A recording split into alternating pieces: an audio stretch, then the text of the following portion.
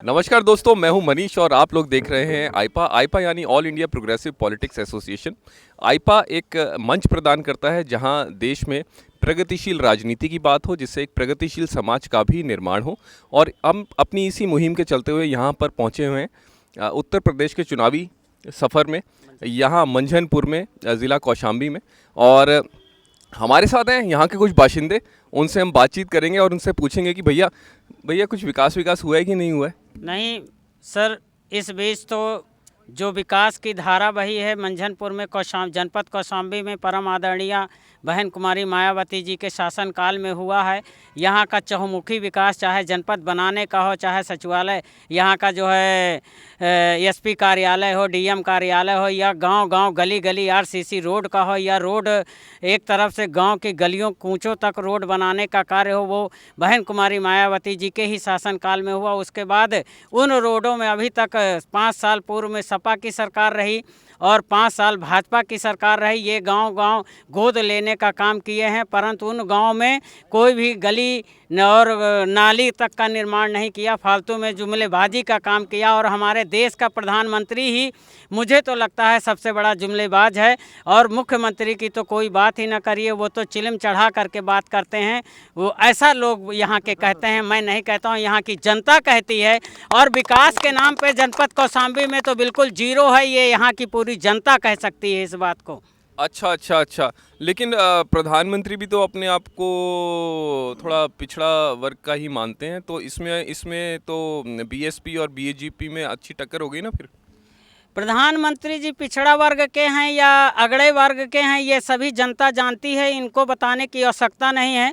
उनकी जो सोच है वो बहुत ही अभी कोरोना काल में दिखाई पड़ गया है कि पैसे वाले के बच्चों को जो है, जो कोचिंग करते थे, उनको जो है स्पेशली बस लगा के उनको बुलाया गया, उनके घर छुड़वाया गया। और हमारी गरीब जनता, चाहे वो बॉम्बे से आई हो, चाहे गुजरात से आई हो, उनको पैदल चलने का काम किया गया है। उनकी जो महिलाएं थी, गर्भवती थी, बीच रास्ते में उनके बच्चे पैदा हो गए, तमाम ढेर सारे मृत्यु के अकाल मृत्यु को प्राप्त हुए हैं, तमाम प्रकार की दुर्घटनाएं उनके साथ घटी है।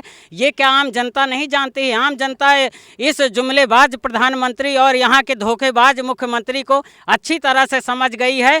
यहाँ के जो आम जनता और आम किसानों की फसल जो चट कर रहे हैं, यहाँ जो उनके पालतू सांड हैं सब फसलें चट कर रहे हैं, उससे निजात पाने के लिए इस जुमलेबाज सरकार को उखाड़ फेंक करके परम आदरणीय बहन कुमारी मायावती जी की सरकार का यहाँ पे हम लोग पूरी तरह से ला करके, और संविधान के शासन जो बनाती हैं बहन जी और कानून व्यवस्था बनाती हैं, उसको हम लागू करवाने का। अच्छा, ठीक है। ऐसा क्यों होता है कि जब भी हम बात विकास की करते हैं तो जाति के ऊपर ज़्यादा वोट दिए जाते हैं और बाकी सारे मुद्दे पीछे छूट जाते हैं? ऐसा क्यों होता है? तो सर, ये क्या कहते हैं, जो जाति पे मुद्दे उठा रहे हैं, हाँ। ये सर संविधान को गलत जगह ले जाने की कोशिश कर रहे हैं। और बहन जी की सरकार आएगी तो संविधान कायदे से लागू होगा, जब उनके हर बात उनके समझ में आएगी। अच्छा जी सर। अच्छा भाई साहब, मुझे वैसे बात तो मैं बहुत छोटी कर रहा हूँ, अब जब बात जाति की चली पड़ी है, मैं बात बहुत छोटी कर रहा हूँ वैसे, पर फिर भी तो मुझे माफ़ कर दीजिएगा। लेकिन अरे बोलने तो दो, मैं है ना। हाँ, जाति पे न पाती पे बटन दबा दो हाथी पे। हाथी पे कौन सा बटन होता है?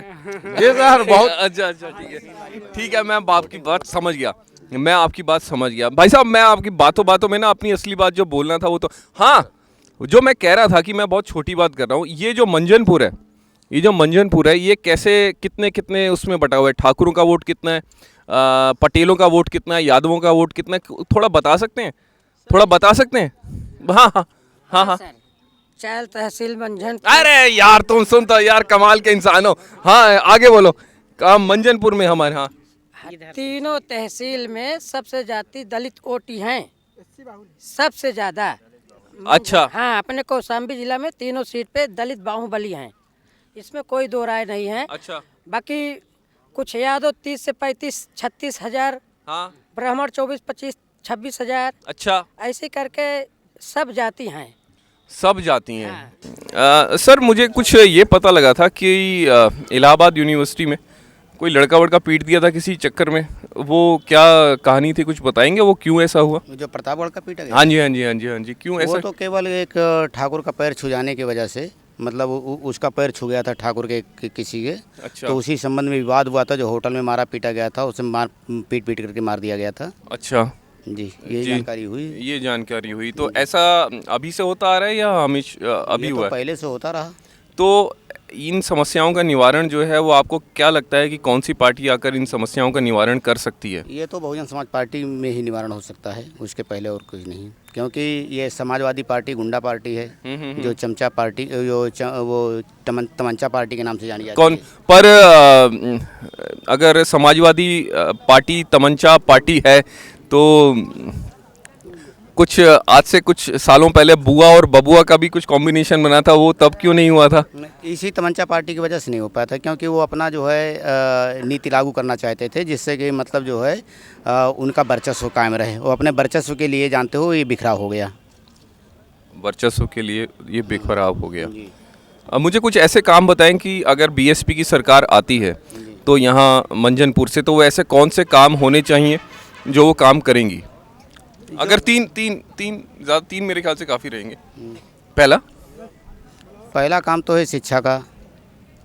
शिक्षा का जी, जो पिछड़े वर्ग हैं उनके उत्थान के लिए कुछ कार्य होगा, जैसा आप कह रहे हैं। नहीं, उत्थान के लिए तो वो शिक्षा बेसिक है। अच्छा जी।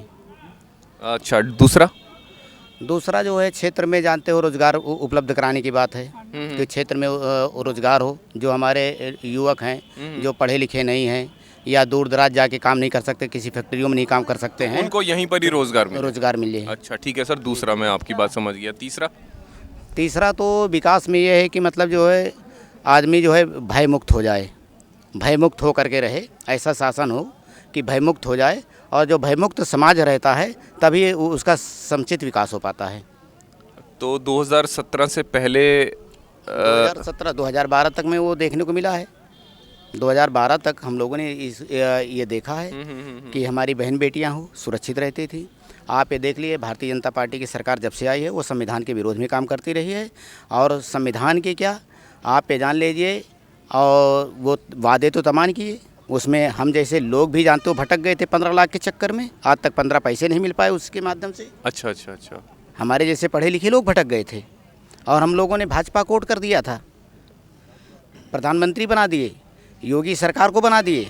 हम ही लोग, आज वही लोग हम यहाँ पर खड़े हुए हैं, सारे लोग बड़े पैमाने पर।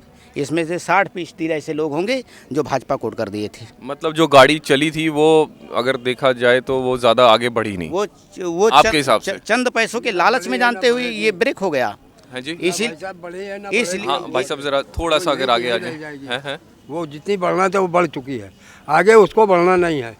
तो हाँ, इस गाड़ी को क्योंकि अगर जो दलित और एससी और मुस्लिम पूरी तरीके से समझ चुका है। हाँ हाँ। और जो सामान्य वर्ग में है वो भी जानते हैं कि ये सिर्फ खाली भय की राजनीति कर रहे हैं। अच्छा अच्छा। और कुछ भी इनके पास नहीं है, सिर्फ झूठ बोलना, भय फैलाना और गुंडा राज चलाना। गुंडा राज तो इनके उसमें तो इतना ज़्यादा है कि शायद किसी सरकार में नहीं रहा, और ख़ास तौर से ये बहन जी के सरकार में, बीएसपी में कभी गुंडा राज चला ही नहीं। अच्छा हाँ, ठीक है साहब। सारे गुंडे खुद अपने आप बिल में घुस जाते हैं। अच्छा अच्छा। तो जब, मतलब आप कहते हैं जब बहन जी का डंडा चलता है तो सब लोग टाइट शासन रहता है इनका। अच्छा हाँ, ये पक्षपात की राजनीति नहीं करती। जी जी हाँ। अच्छा ठीक है। अच्छा, लोग गुंडाई करना शांत कर जाते हैं। यहाँ मंजनपुर से मैं हूँ मनीष वर्मा, मेरे साथ है कैमरा पर्सन बिंदेश्वर जी, और आप लोग देख रहे हैं आईपा यानी all India progressive politics association. यहाँ मंजनपुर की जनता ने हमें अपना बताया कि क्या है रुझान और यहाँ पर किस पार्टी का ज़्यादा वर्चस्व है। तो हमें दीजिए इजाज़त, आपसे अगले एपिसोड में फिर मुलाकात होगी। धन्यवाद।